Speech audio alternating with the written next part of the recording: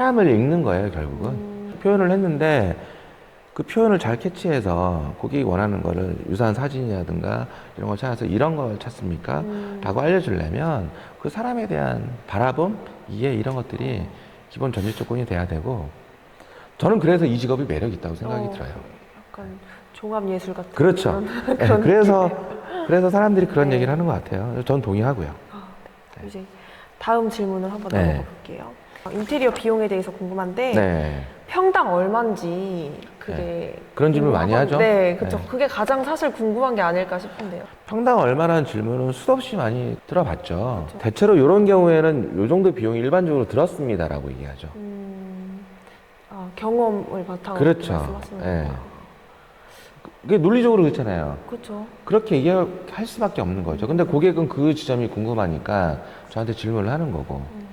그럼 그 다음 질문이 뭐냐면, 그러면은 이거 얼마나 들 것 같습니까? 그렇죠? 네네. 질문이 그쵸, 네. 1단계, 2단계, 3단계 네네. 넘어가겠죠?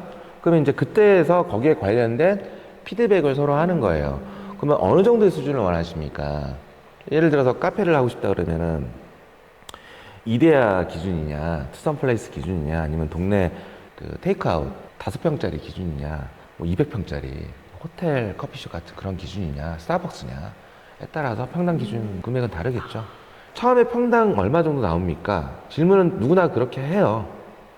근데 그 다음에 이렇게 하면 얼마 정도 들까요? 그 이렇게에 대한 논의가 있죠.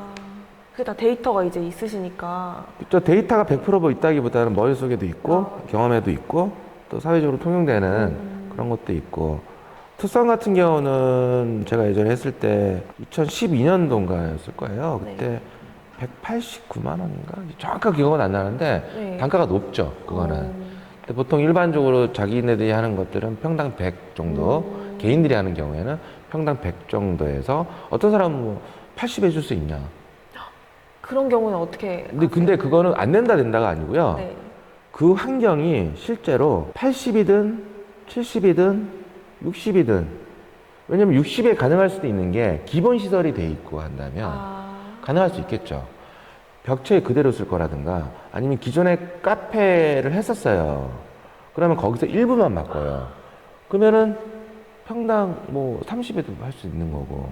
그러니까 그거는 현재 있는 상황에서 산수적인 개념으로 숫자가 들어가서 얻어지는 결과물을 상호 확인해서 계약이 되는 게 맞으니까 그건 이제 조건에 따라 환경에 따라 다른 거죠. 지금 공사하는 거 같은 경우는 280평인데 이제 부가세 포함해서 한 8억 정도 돼요. 근데 그건 퀄리티가 높죠.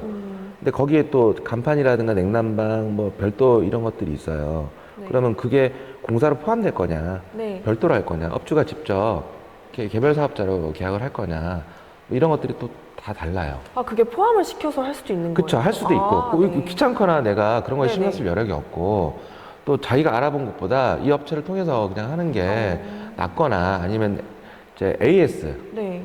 사후 관리죠. 사후 관리상 냉난방 자체를 메인 업체, 주 업체랑 해서 우리가 하청업체로 참여시키는 게 네. 그게 합리적이다 판단이 되면 이제 서로 조건이 맞으면 저희도 협력업체로 해서 가는 거고요. 업주가 외부에서 업체를 데리고 오면 저희가 그래도 개입은 해요. 배선이라든가 위치라든가 또 공정상 그 사람이 들어와서 설치할 수 있는 날짜 이런 것들이 현장에서 관리가 돼야 되니까 하죠. 주체가 누구냐에 따라서 다르고 그게 들어오면 공사비는 상승할 것이고 그게 빠지면 눈에 보이는 공사비는 업주는 동일하겠죠. 네. 내는 돈은. 그렇지만 저하고 계약되는 공사비는 나눠지겠죠. 평당 얼마 듭니까? 했을 때 그게 냉난방이 포함된 건지 간판이 포함된 건지 도시가스를 신설을 해야 되는데 혹은 증설을 해야 되는데 그게 포함된 건지 이런 걸 다 따져봐야 된다는 얘기인 거죠. 그러니까 따질 것들이 많은 거예요. 약간 속이 시원해요 지금. 그래요? 네. 네. 근데 잘 모르죠. 네, 일반인들. 잘 몰랐는데 네. 진짜 그리고 간지러운 곳에.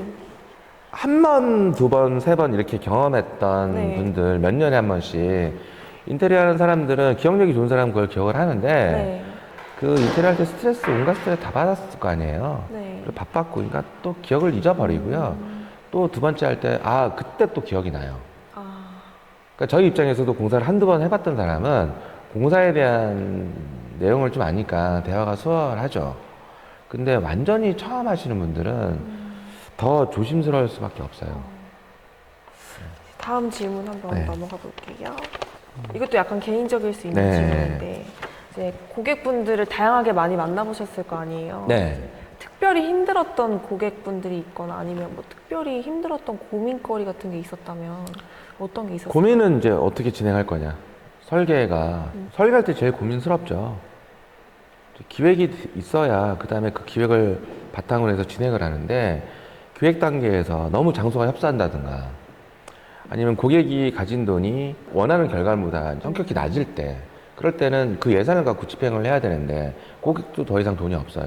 근데 이걸 해야 돼요. 얘기를 들어보면 그 임대 계약도 했어요. 그러면 그 돈을 가지고 최고의 공간을 제공하는 게 저희가 해야 될 일이니까 그게 많든 적든 간에 저는 그걸 해내야 고객한테 의미 있는 존재잖아요. 그런 거에 대한 고민? 좀 여유로우면 이것도 하고 저것도 할 수 있는데 여유롭지 않으면 한정된 자원을 가지고 하기도 해요. 자금은 없고 고객은 대안이 없고 그래서 인건비 줄 돈이 없어서 직접 밤새서 실제로 시공을 한 적도 있어요. 몸을 쓰는 거죠. 제가 원래 몸을 쓰진 않는데 네. 근데 어떻게 해요? 사람이 스타트를 이미 한 상태니까 거기서 설계가 변경이 되고 거기도 프랜차이즈였는데 갑자기 프리미엄 매장으로 바뀐 거예요. 일반 매장에서. 그럼 공사 내용이 바뀌겠죠. 근데 업주가 준비한 돈이 별로 없어요. 업주는 나한테 사정 얘기를 하는데 설계가 바뀌니까 그렇다고 내가 원래 계약대로니까 이렇게만 합니다. 이렇게 그렇게 할 수도 있지만 그건 잘못된 거라고 봐요. 그래서 최대한 그걸 반영을 해서 협의를 해서 했는데도 불구하고 중간에 계약한 다음에 공사 내용이 바뀌었잖아요. 근데 이게 좀 복잡한 건데 네. 설계 변경해가지고 뭐 이렇게 해가지고 돈을 또 청구하고 하는 게 있는데 그게 현실적으로 어려울 때 그래도 시간은 가죠. 오픈해야죠. 어떻게 안 해줍니까?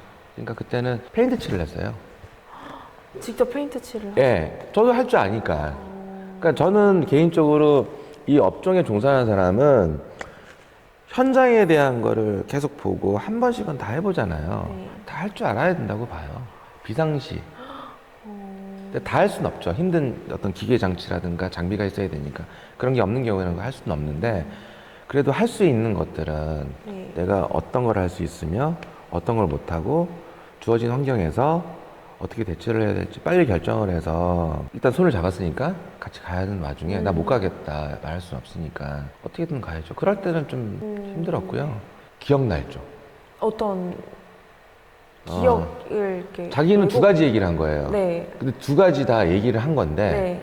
근데 나하고 협의를 A로 하고 했는데 B라고 기억을 하고 아. 난 모르죠. 사람 속을 모르니까. 그렇죠, 네. 알면서 그런지 모르면서 뭐 자기는 실제로 그렇게 가는지 모르지만 나는 그게 중요하진 않아요. 그러면 그거를 예를 들어 카톡이나 이런 게 있고 그 공사를 하기 전이라면 이렇게 보여주고 저하고 이렇게 협의가 돼서 한 거고요. 또 설계도가 괜찮아서 이런 내용이고 저하고 그때 이 문제가 문제거리가 돼서 이렇게 협의를 했습니다. 이렇게 필수가 있는데 그런 자료가 없거나 또 나조차도 긴가민가할 때가 있어요. 아, 그렇죠. 그러니까 사람은 기억력 갖고 의존할 그래서, 수는 없어요. 네네네. 특히나 중요한 문제에 대해서는 그래서 서류를 쓰고 계약서를 쓰잖아요. 상대가 아니라고 할 때 그때는 난감하죠. 대수롭지 않은 거는 하죠. 사람과 사람의 관계니까. 근데 큰 돈이 들어가거나 아주 크게 문제가 됐을 때가 있어요. 그럴 때는 이제 머리가 아프죠.